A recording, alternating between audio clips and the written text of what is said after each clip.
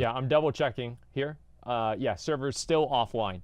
Okay, 1 second. Let me make sure that I catch up with all the rest of these. 1 year anniversary of the passing of Total Biscuit. Pour one out for the YouTube and Twitch legend. Hey, he was, man. He definitely was. That's sorry to hear. Chuckler, thank you very much for the 500 bits. Alliance is trash for the Horde. Rogue Slasher. Thanks a lot for the $2, man. Appreciate that.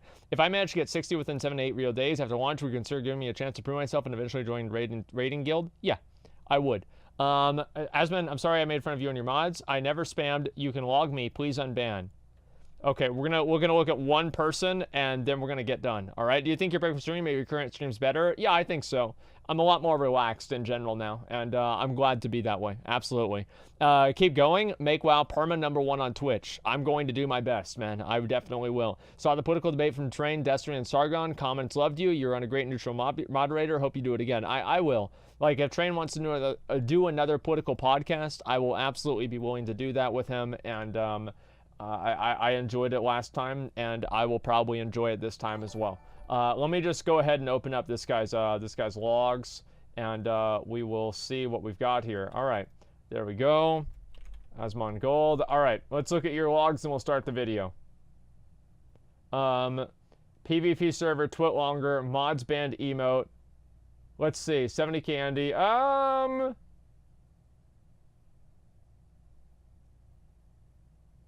don't you tone down the talking about the view count stuff, man? Like, that's like, people that do that a lot, like, I don't know, it's usually a lot of, like, usually a combination of, like, a lot of people that act that way are, like, really spurgy, right? Because they're like, oh, I was here, I'm part of something. Like, just relax, man. Just enjoy the show. Just enjoy the show and have a good time. You're unbanned. Okay, let's go.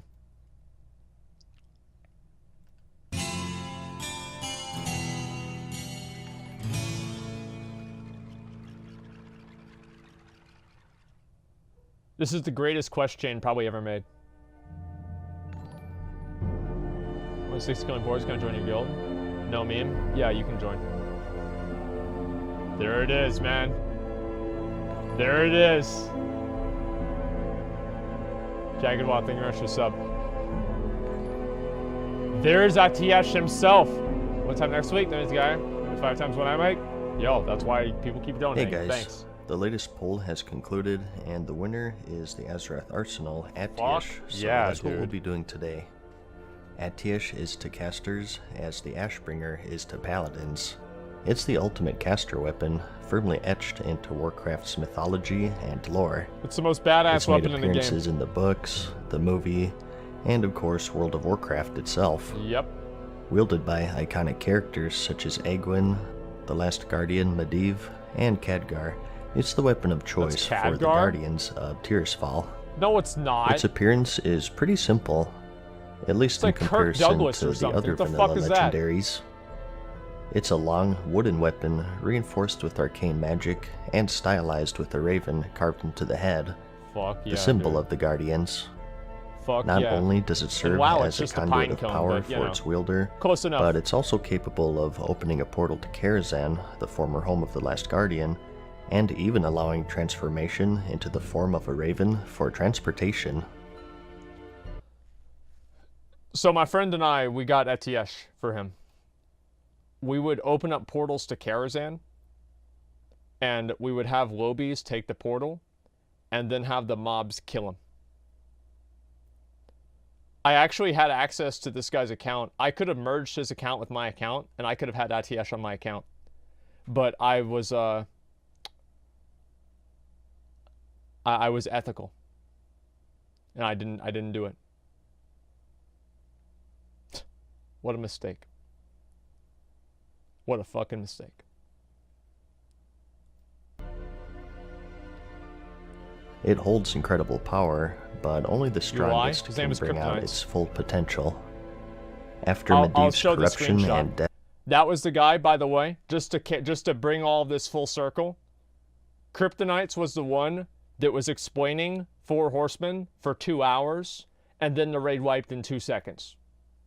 That's the same guy. That's why he got Atiesh. Do you think that he would actually have put that much effort into doing Naxxramas if he wasn't getting Atiesh out of it? Put the pieces together. It's all real. The weapon was cursed and passed around to various members of the Kirin Tor, who were the mages of Dalaran. However, anyone who wielded it died shortly after. In light of this, and with the line of guardians coming to a close, the Kirin Tor judged the weapon to be unwieldable and locked it away behind barriers of magic in their city of Dalaran.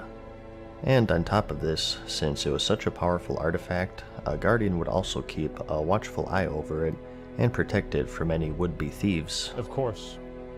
It laid there for many years until the Eredar Demon Lord Archimonde attacked the city. A failsafe triggered with a barrier guarding Atiesh, and the staff was shattered into many pieces and spread throughout the land. The shards, 40 in total, were collected by the Scourge. I didn't know that. The archaeologist Bran Bronzebeard found the base, which he then lost to the old god Cthulhu when he was exploring the Temple of Ankh-Kiraj. Oops. Way to go, Bran. My bad. And Kel'Thuzad, the Lich Lord and commander of Naxxramas, held the Raven head of the staff. Which brings us to World of Warcraft. This weapon was obtainable by players with the original Naxxramas, which was released in patch 1.11 and removed in patch 3.0.2 in light of its remake in the Wrath of the Lich King expansion. It was the first caster legendary in the game, and the first legendary to be obtained through consistent and hard work, rather than just a lucky drop like the other vanilla legendaries such as Thunder Fury and the Hand of Ragnaros. That's actually really true, I never thought of that. As mentioned, it all started with the Naxxramas raid. This was the final raid for Classic World of Warcraft, and was appropriately the toughest. This is how legendaries should be. Nearly every boss was an extreme challenge, and with AQ40 being the previous raid, it was like the 1-2 death punch to raiding guilds back then. Fuck yes. Very few cleared it before the release of the Burning Crusade expansion. Part of this was due to the expansion being announced so quickly. Nobody cared. After the raid release. They knew all their shit was going to get replaced. Everyone just like knew BFA. that any gear they got would quickly be replaced in their journey from 60 to 70, so there was very little motivation to trudge through this raid, let alone complete a legendary staff. So, only the most dedicated and skilled would clear through all of it, and even fewer would see Atiesh completed before the release of the Burning Crusade. I never saw a single person that had Atiesh until in Vanilla WoW. Never. Not a single person. The reason why Atiesh was the perfect legendary is because you could do everything that you wanted, but until you actually completed the game and killed Kel'Thuzad, you would never see the legendary. You would never get it. And the legendary became a reward from raiding rather than a requirement. And that's what happens with legendaries nowadays. Is there a requirement? This was the ideal pinnacle achievement of the game, right here. And that's what made it so special. Then you say you help someone get it? As hard as it was to complete, it was also pretty straightforward. As mentioned before, the Scourge captured the fragments of Atiesh after its destruction in Dalaran. They ended up in the hands of actual bosses in the raid, and each one had a chance to drop a legendary item called the Splinter of Atiesh. Reading the tooltip, you saw that if you combined 40 of these, you could reform the frame of Atiesh. Only one person could loot these at once, so guilds had to somehow pick just one lucky raider to receive the legendary staff.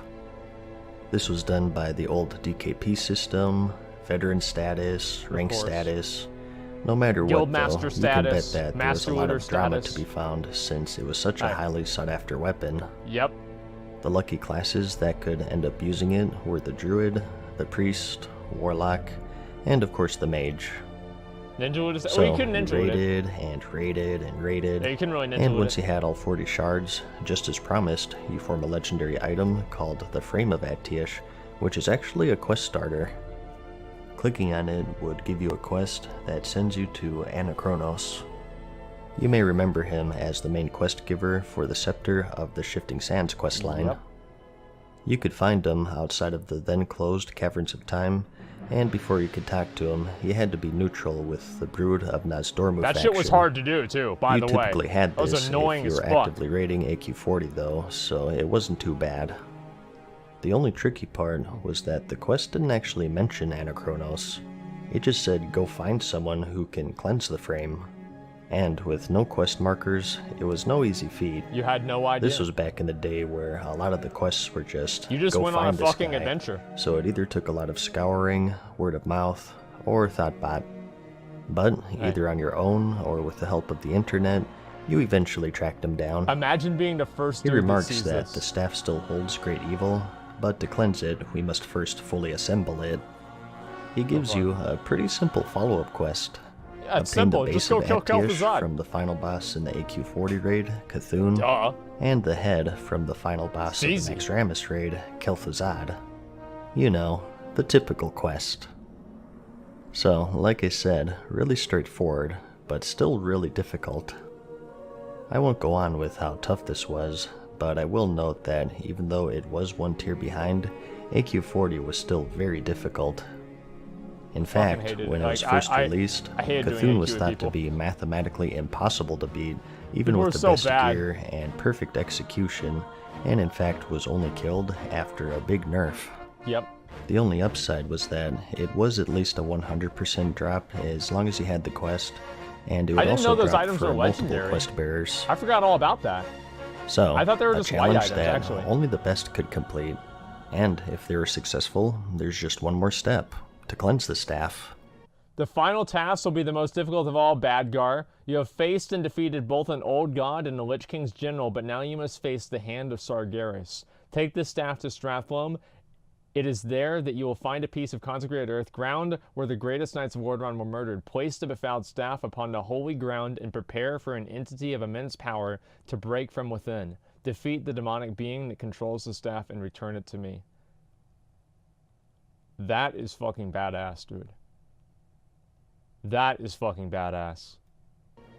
It's still the epitome of all evil, and it will destroy its wielder, so the next step was to head to the Stratholme dungeon with 4 party members to purify it. 4 champions. Like, these are people like in full Nax Rammus gear that were going in to fight against this boss. There he is. There he fucking is. Near the undead side, next to a fountain, you could find a patch of consecrated earth. Yep. The quest holder would have to stand atop this spot and perform a short ritual, and at the end, a demon named Atiesh would spawn. This was the evil that's been inhabiting this staff for all of these years at the behest of Sargeras himself. You'd have to take it down to finally cleanse the staff once and for all. It was a pretty tough fight with just 5 people. The demon itself dual-wielded a legendary. He had dual swords called Adonisis, the Reaper of Souls. Yep. If a player disarmed the demon during the fight, he would actually drop it on the ground, and you'd be able to wield it against him. It had an item level of 100 and some crazy attack power, but it was a conjured item and was only usable inside of Stratholme. Yep. Unfortunately, it disappeared once you exited the dungeon. Very unfortunate. If you were successful, you returned to Anachronos, and he gave you the cleansed Atiesh as a reward. Each class got a slightly different version, but in general, it had tons of spell power, stamina, intellect, spirit, hit or crit chance, and an aura that buffed your party members, which was pretty unique at the time. People actually kept using that staff even into Burning Crusade, because the aura, basically like high-end guilds would use the aura and just multiply it by 4 and just say that staff gave that person effectively that much spell power, and it was actually better than a lot of items if you were using it purely for a group benefit. I remember like the same guy did that too. And you could also open a portal to Karazhan in the Deadwind Pass that you and your party members could use. Although there really wasn't a reason to be here until the Burning Crusade expansion when the raid actually released. Yeah, you can make a portal to Karazhan. A little fun fact though is that if you entered the Burning Crusade Karazhan and you walked up to the Shade of Varan boss with Atiesh equipped, you got some extra dialogue. They revisited this in the Legion remake as well, with the Shade of Medivh fight. That's so badass. The only thing it's missing I really think that's is cool. the Raven form. Yeah. Maybe they didn't want to steal the Druid's Thunder. As I mentioned, this was obtainable all the way until patch 3.0.1 in Wrath, when the raid was remade, and anyone who obtained it before then also got themselves a feat of strength to show off. And similar to the other weapons in this series, it also has a card dedicated to it in the official trading card game. Appropriately, only the Druid, Priest, Warlock, and Mage classes could use it. As I mentioned, it also appeared in the Warcraft movie. They ended up having an auction for all of the props, and this one sold for nearly $5,000. Yo, we should have bought Let's hope it was cleansed first. We should have done it. We should have done and donation today, goal for lore-wise, that. it's in the hands of the Archmage Khadgar. Like, so it gets a little awkward if a player wielder interacts with them. Yeah, it's true. Very few survive today, as you would imagine, so if you see one out in the wild, make sure you press F to pay respects. Well, that's about it. Kind of a shorter video for the standard of the series, but as I said, it's pretty straightforward. Still though, I hope you found the video interesting or entertaining. Like it if you liked it, and I'll see you in the next one. Peace. Holy shit, man. Farewell for now, mortals. We hope you enjoyed today's video. See you again soon. This is the video that I just watched. That was actually a really great video. I love that video. I wish that they had like more shit like this in the game that was like actually like capstone achievements. I think that like Blizzard, I think they can go back to it, but they're gonna need like, I'm gonna be completely real with you guys. Like current WoW, it won't be good for like 4 more years, if ever. And at this point in time, they need to do something that's just a full reset. Like somehow they need to do a full reset of like everything in the game. Like mounts, titles, achievements, pets, gear, everything. Like literally a full reset. And if I am supporting this, I can guarantee you there might be 1 or 2 other people that are watching the stream that have more items than I do in WoW, but there's probably a good chance that no one that's watching the stream does. And if I'm okay with this, you should be too. It's the right thing to do to move the game forward. Yeah, they should do WoW 2 or something like that. That is, in my opinion, the only way they can carry the game forward. And have it reclaim its success that it used to have. That's my opinion, at least.